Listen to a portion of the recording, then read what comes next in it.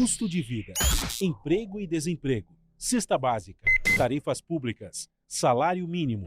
Agora, na Brasil Atual, a análise do DIEESE.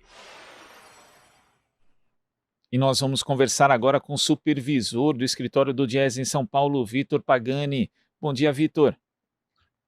Bom dia, Glauco. Vitor, dados divulgados pela Pesquisa Nacional por Amostra de Domicílios, a PNAD contínua, divulgada ontem pelo IBGE, mostram que a taxa média de desemprego caiu, chegando a 13,2% ante 14,6% em maio e 14,4% há um ano, que é um percentual ainda que equivale a uma estimativa de 13.600.000 desempregados, que é um número bastante elevado. Mas além da queda do desemprego, também foi constatado, Vitor, que a taxa de informalidade é recorde, assim como a queda no rendimento médio também foi muito expressiva. De uma forma geral, como você analisa esses dados da PNAD contínua, Vitor? Bom, Glauco, o IBGE divulgou ontem, a PNAD contínua, com dados do trimestre encerrado em agosto, e a gente observa que houve queda na taxa de desemprego, mas ele ainda permanece num patamar bastante elevado. Essa queda da taxa de desemprego ela é decorrente de um aumento da ocupação, mas um aumento da ocupação impulsionado, sobretudo, pelo trabalho por conta própria, o trabalho autônomo, também pelo trabalho doméstico e pelo emprego sem carteira de trabalho assinado. Então, a gente vê que foi impulsionado principalmente pelo trabalho informal. Então, a taxa de informalidade no trabalho também aumentou. A gente observa também um crescimento da subocupação, que é aquela subocupação por insuficiência de horas trabalhadas, aquela situação em que o trabalhador ele trabalha uma carga horária, uma jornada menor da que ele poderia e precisaria trabalhar para ter um rendimento suficiente para sustentar a própria família. Então, como a gente verifica que o aumento da ocupação se deu com ocupações precárias, ou desprotegidas em termos trabalhistas e sociais, porque na informalidade, a gente verifica que o rendimento do trabalho caiu. Então, mesmo com o crescimento da ocupação, quando a gente olha a massa de rendimento do trabalho, ela teve queda. E quando a gente olha o rendimento médio, as quedas foram ainda maiores. Então, houve queda recorde no rendimento médio do trabalho. Quando a gente compara esse trimestre encerrado em agosto com o mesmo trimestre do ano passado, de 2020, a gente observa que essa queda ficou na casa dos mais de 10%, Glauco. Então, é um número muito elevado. Isso ocorreu principalmente na indústria. Então, na indústria, a gente vê a queda do rendimento médio, foi de 13,8%. No setor também de alojamento e alimentação, que inclui toda a área de turismo, hospitalidade, bares, restaurantes, a queda foi de 11,6%, no comércio 9,6%, na construção 9,2%. Então, a gente observa o trabalhador tendo uma queda na sua remuneração média. Isso tem relação com esse processo de alta inflacionária que a gente está vivendo, né? Então, a inflação vem corroendo a renda, né, o poder de compra dos trabalhadores, né? E vendo alguns dados a respeito da precarização do trabalho e também da queda do rendimento médio, Vitor, observa-se aqui um aumento no trabalho doméstico, né?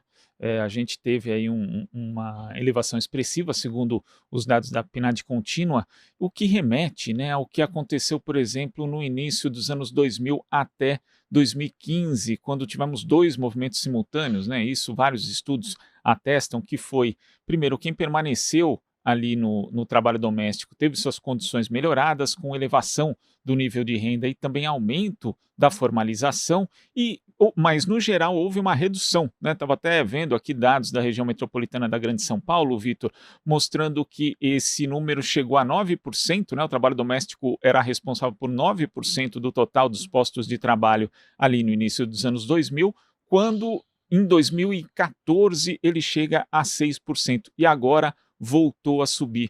E nós sabemos, Vitor, que o trabalho doméstico no Brasil ele é muito marcado pela herança escravocrata do país, né? E esse aumento se dá também nesses modos da precarização e do rendimento muito baixo. O Brasil, de certa forma, em termos de mercado de trabalho, volta para os anos 90, quando a gente tinha justamente esse panorama, né, de baixa renda e também de alta precarização com um elevado nível de desemprego, Vitor? Olha, Glauco, volta aos anos 90 e talvez volte até a décadas ou a séculos anteriores, né?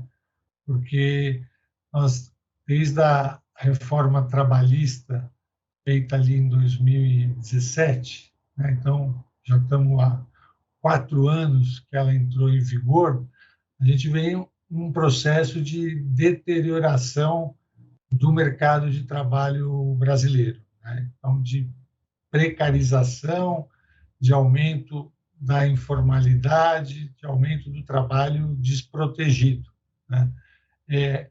Nos anos 90, você mencionou, o quadro era semelhante ao que a gente está vivendo hoje. Nos anos 2000, houve uma melhora significativa do mercado de trabalho, né, com geração de empregos formais, né, com carteira assinada, e houve esse processo, né, de redução do trabalho doméstico, porque que é um trabalho caracterizado, né, ele é muito ocupado pelas mulheres, né, sobretudo as mulheres negras, mas haviam outras oportunidades de ocupação de trabalho, né? Então, as jovens estavam deixando de trabalhar no trabalho doméstico e indo buscar ocupações nos setores de comércio, na indústria e outros setores, né? O que a gente vê agora é que, com a pandemia, esse setor de serviços ele foi muito atingido, né?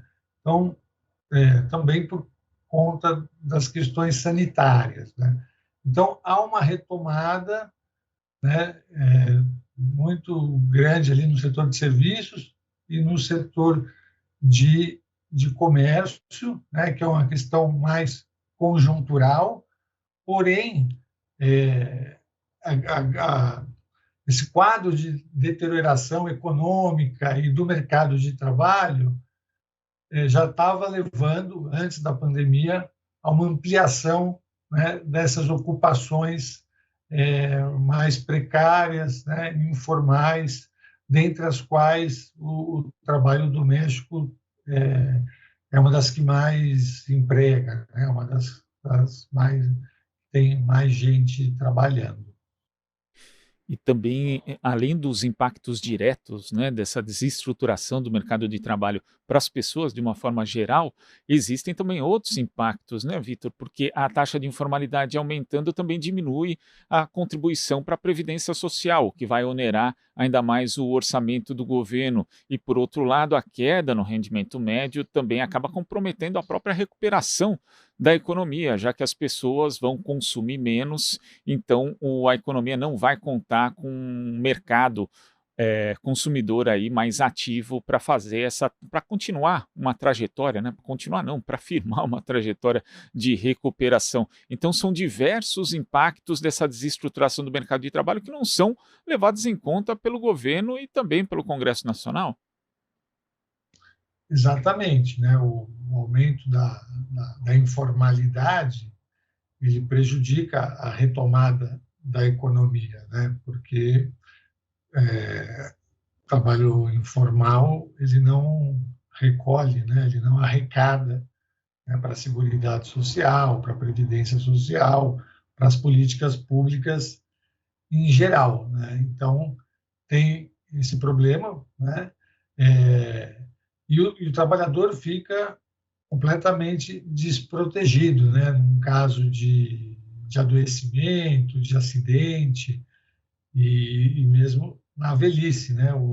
Fica sem ter a perspectiva de acessar o direito à aposentadoria, né? Quando perder a capacidade de trabalhar. Então tem esse aspecto, né? E a gente está vendo agora também, né, a conjuntura econômica se complicando cada vez mais, né? Então a expectativa para 2022 já é de uma chamada estagflação, né? Então seria uma economia estagnada, com uma inflação elevada, né?